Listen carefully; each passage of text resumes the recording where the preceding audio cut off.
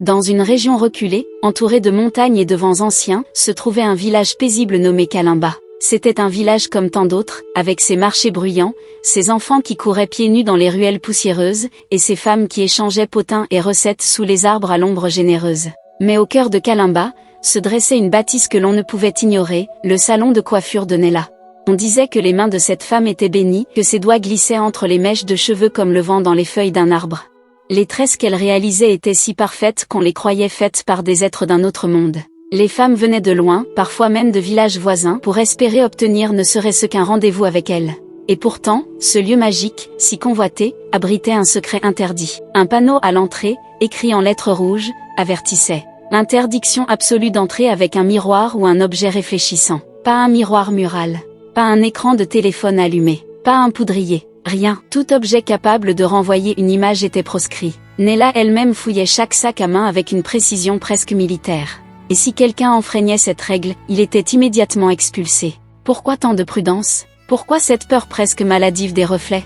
Les clientes s'interrogeaient, murmuraient, mais toutes se taisaient. Car le résultat était là, personne ne coiffait mieux ni plus vite que Nella. Un jour, une étrangère arriva à Kalimba. Elle s'appelait Lina. Belle, audacieuse, un brin rebelle. Elle avait entendu parler de la fameuse Nella et de son don surnaturel. Curieuse, elle décida de s'y rendre. Mais contrairement aux autres, elle ne se contenta pas de respecter les règles. Elle voulait comprendre. Elle voulait voir par elle-même. Dans sa poche intérieure, cachée dans un pli discret de sa veste, elle glissa un petit miroir rond, hérité de sa grand-mère. Un objet ancien, serti de cuivre, orné de gravures mystérieuses.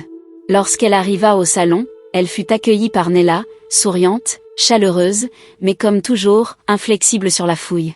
Pourtant, le miroir échappa à son œil vigilant. Lina s'assit. Nella commença à tresser, ses mains dansant avec grâce. Mais à peine 15 minutes plus tard, Lina, croyant l'instant opportun, glissa discrètement le miroir hors de sa veste et le regarda pour observer son début de coiffure. Ce qui se produisit ensuite glaça le sang de toutes les femmes présentes. Nella s'arrêta net. Son corps fut secoué d'un frisson. Ses yeux s'écarquillèrent. Elle recula d'un bond, comme si un serpent l'avait mordue. Elle hurla. « Qui t'a autorisé à sortir ça ?» D'un geste brutal, elle arracha le miroir des mains de Lina et le jeta au sol, où il se brisa dans un craquement sinistre. Un silence pesant s'abattit. Nella tremblait. Ses lèvres murmuraient des paroles incompréhensibles. Puis, d'une voix cassée, elle dit simplement « Sors, pars !» Tout de suite, Lina, confuse, s'exécuta. Mais parmi les témoins de la scène se trouvait Zena, une jeune femme du village. Discrète, observatrice, mais surtout dotée d'un instinct rare. Ce qu'elle venait de voir n'était pas normal. Pourquoi une simple vision dans un miroir avait-elle provoqué une telle panique chez Nella? Qu'est-ce que ce reflet avait montré? Zena décida de le découvrir.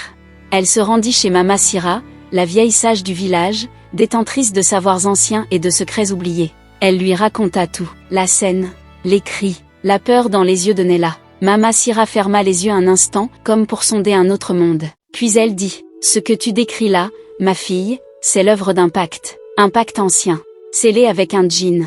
Un esprit des ténèbres. » Elle expliqua que Nella n'était pas seule à coiffer. Un djinn, invisible aux yeux humains, était à ses côtés. C'est lui qui tressait en accéléré, lui qui manipulait les mèches avec une rapidité surhumaine. Mais en échange de ce don, le djinn absorbait l'énergie des femmes qu'elle coiffait. Chaque tresse volait un peu de leur baraka, de leur vitalité. Et si quelqu'un regardait un miroir pendant qu'il agissait, alors le voile se déchirait. Le djinn pouvait être vu, et cela rompait le pacte. Si cela arrivait, le djinn, trahi, se vengerait sur sa maîtresse. Zena, choquée, décida d'agir. Avec l'aide de Mama Sira, elle confectionna un miroir sacré, béni par des prières, entouré de versets de protection. Ce miroir n'était pas un simple reflet, il piégeait les djinns. Le jour suivant, Zena retourna au salon de Nella. Elle prit place, et au moment exact où Nella toucha ses cheveux, elle brandit discrètement le miroir béni. Un vent glacé parcourut la pièce. Les lumières tremblèrent. Les murs semblèrent gémir. Puis, il apparut. Une ombre noire, aux yeux rouges, flottant derrière Nella, ses longs doigts crochus tressant à une vitesse fulgurante. Toutes les clientes crièrent. Nella tomba à genoux. Zena, sans trembler, prononça les prières apprises de Mama Sira et pointa le miroir droit vers la créature. Le djinn hurla, une plainte stridente venue d'un autre monde. Il fut attiré dans le miroir comme une feuille emportée par le vent. Un éclair jaillit. Le miroir se brisa. Puis, le silence. Nella s'évanouit. Quand elle se réveilla, elle pleurait. Je suis libre, pour la première fois de ma vie. Je suis libre. Elle raconta tout.